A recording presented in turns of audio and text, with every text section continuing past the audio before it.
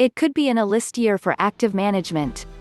Douglas Yones, head of exchange-traded products at the New York Stock Exchange, says 2020 could be a breakout year for actively managed funds as investors seek out more targeted strategies.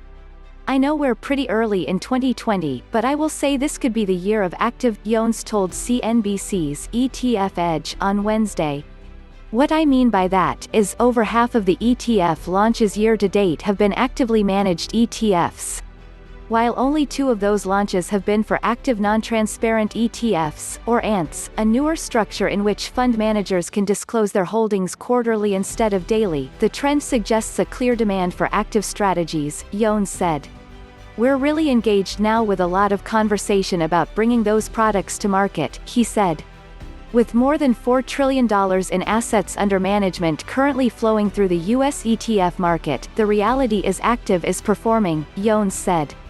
There are roughly 280 actively managed ETFs in the United States, about 12% of the total 304.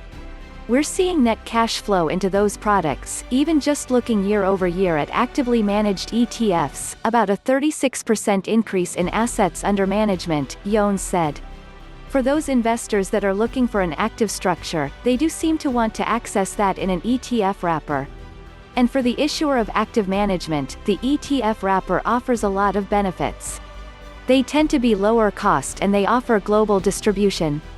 So, there's a lot of reasons on both sides of the fence why an active manager or investors want to be involved with an ETF wrapper. This year's market has been very active on the ETF front in general, Yones said.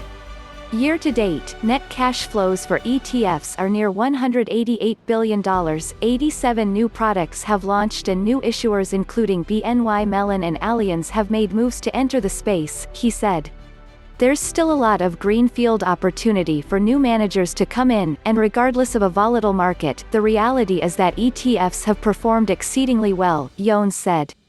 They've brought in net cash flow every single month.